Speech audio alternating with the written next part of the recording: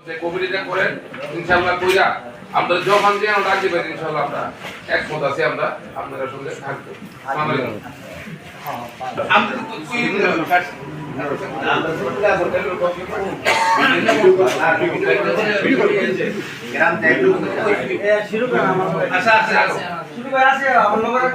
বিসমিল্লাহির রহমানির রহিম।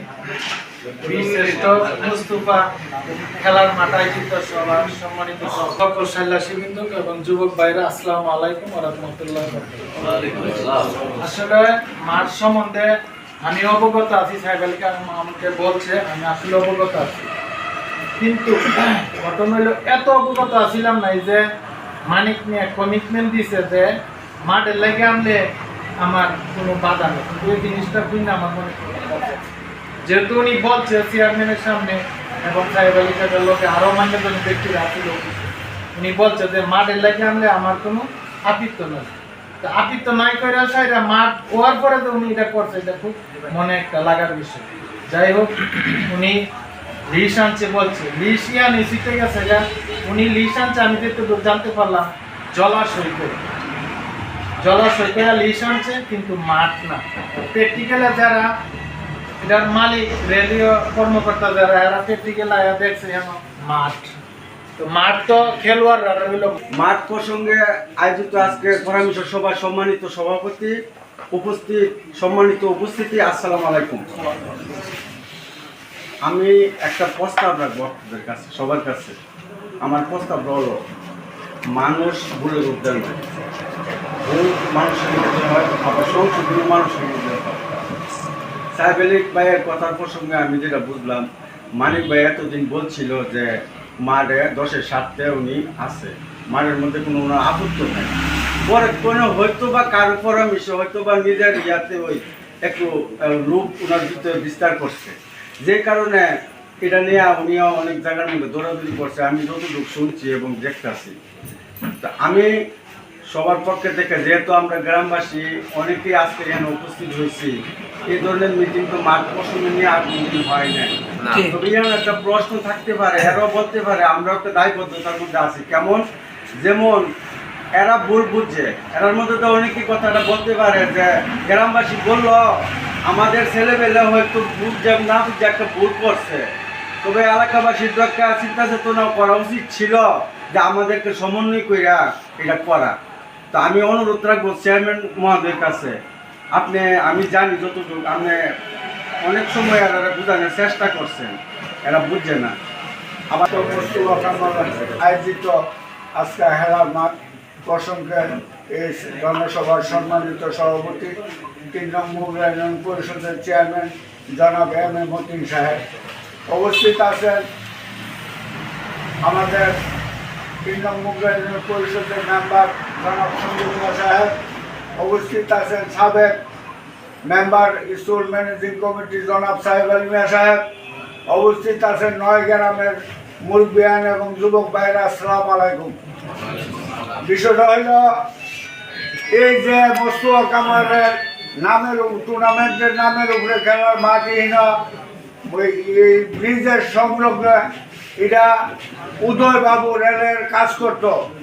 এই উদয়বাবুর লোকে আমাদের চেয়ারম্যান সাহেব দফায় দফায় কথা হয়েছে, আপনি যাবার সময় আমাদেরকে এটা বরফ করে দিয়ে গেছেন, এটা বালু কোনো দিন আপনি হস্তক্ষেপ করতে পারবেন না।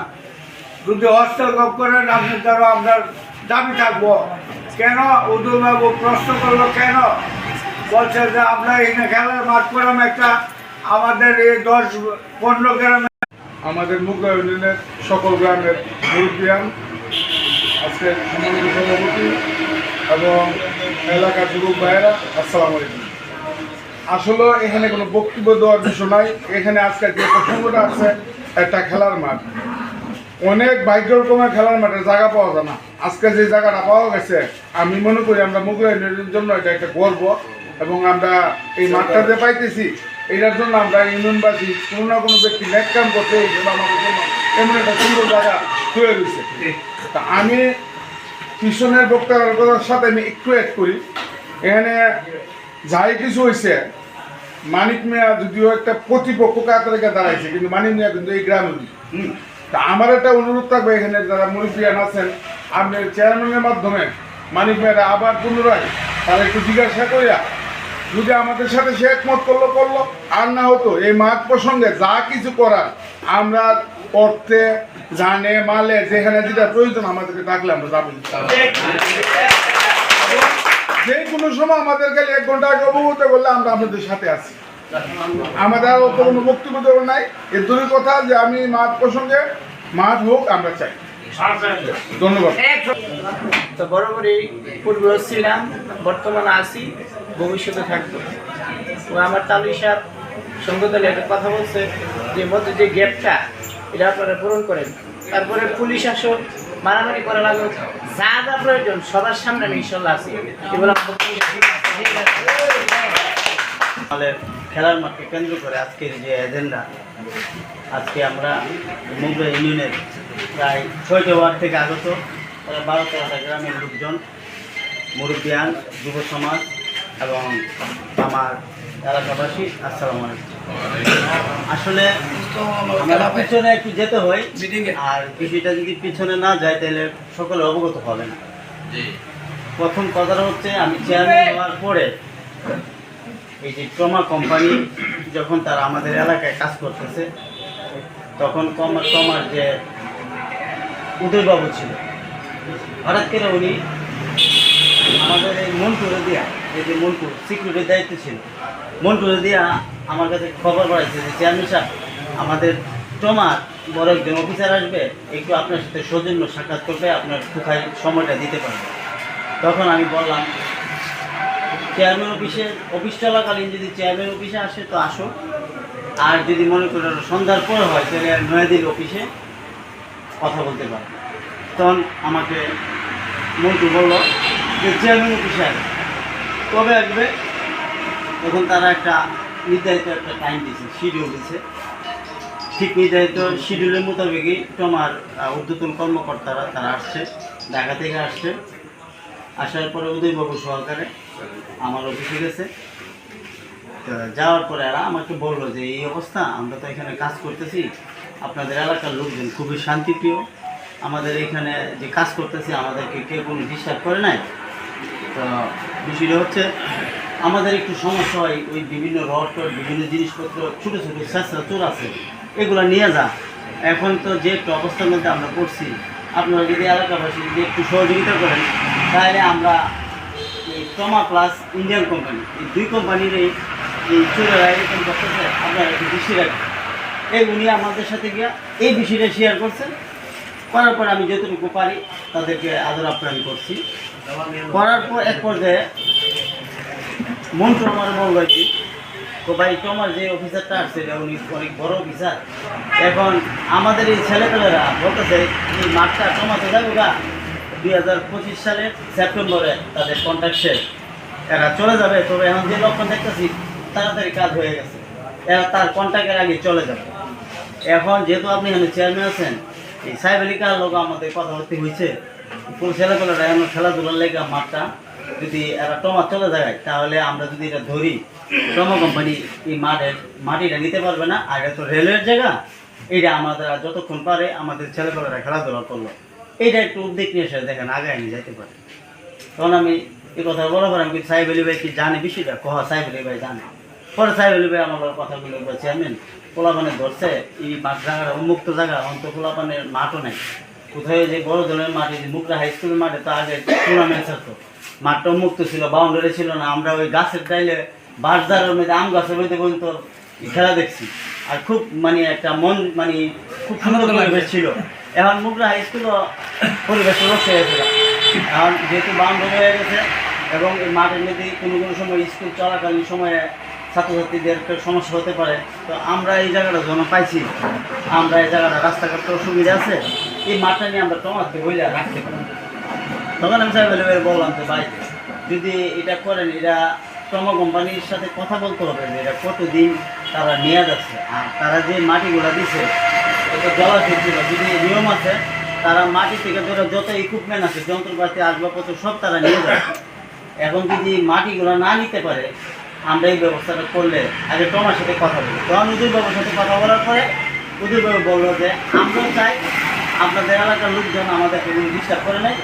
অন্য যে কোনো জায়গায় তোমার যে মালিক আতর রহমান মালিক ওই যে ফাঁকাটা পুরোটা বলে গেল, আসলে মালিক ভাই সেটা আমার আমেরিকাতে দেখা উনি নোয়াখালী সেনবাগে বাড়ি, উনি আওয়ামী লীগের এমপি মনোনয়ন চাইছিল এবং এই বাংলাদেশ আওয়ামী লীগের দলটারে মানে অর্ধেক টাকা উনি ডোনার করে, এত বড় মানে কনস্ট্রাকশনের মালিক।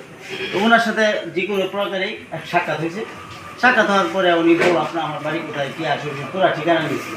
ওই সময় উনি আমাদের এখানে আসে নাই, উনি ঢাকাতে বড় বড় ভবন করে উনি কাজ করে, ব্যবসা করে। তো যাই হোক, তো আমি বলার পরে টমারিয়া বললো কি, উদয়বাবু বললো যে আপনারা সাইবলি ভাই আপনারা যদি কিছু মুরব্বী লোকজন মেম্বারটা বলে যদি বলেন একদিন আমাদের অফিসে আসেন, অফিসার আইলে আমরা আপনাদের খবর দেবো, কারণ আমরা আমাদের ক্যাম্পে আসি। তাই আমি বললাম ঠিক আছে, আপনাদের আমাদেরকে জানাই।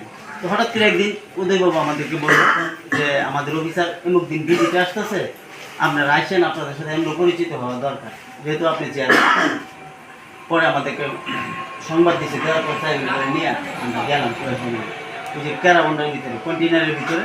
পরে গিয়েছে ওইখানে যাওয়ার পর আমাদের নাস্তা দিল, কথাবার্তা বলার পরে এরা বললো যে দেখেন আমরা তো এখানে কর্মচারী, আমরা প্রজেক্ট ডিল করি, প্রজেক্ট চালাই, আপনারা এই খেলার মাঠের যে উদ্যোগটা নিচ্ছেন এটা একটা সুন্দর একটা মহৎ একটা উদ্যোগ। তো আপনারা কাজ করেন, আমাদের মেয়াদ আছে এত সাল পর্যন্ত, আমাদের মেয়াদ অতিক্রম হয়ে যাওয়ার আগেই আপনারা, উদয়বাবু বলছে যে সাইবেল বাইরে বলে দেবো কোন কোন জায়গার মধ্যে এটা দরস্ত দিতে হবে। আপনারা আমাদের কোম্পানির মালিকের সাথে দরস্ত মানে যোগাযোগ করবেন, একটাই কারণ আমাদের প্রজেক্ট ডাইরেক্টরের সাথে মাটিটা রাখার জন্য। আর জায়গাটা হলো রেলওয়ে, আপনারা যদি আপনাদের মাননীয় মন্ত্রী মহোদয় দিয়ে যদি রেল মন্ত্রণালয়ে যোগাযোগ করতে পারেন আপনাদের কাজটা হয়ে যাবে, দুইটা রাস্তা দেখা ছিল। তখনকে আমি বললাম যে ঠিক আছে।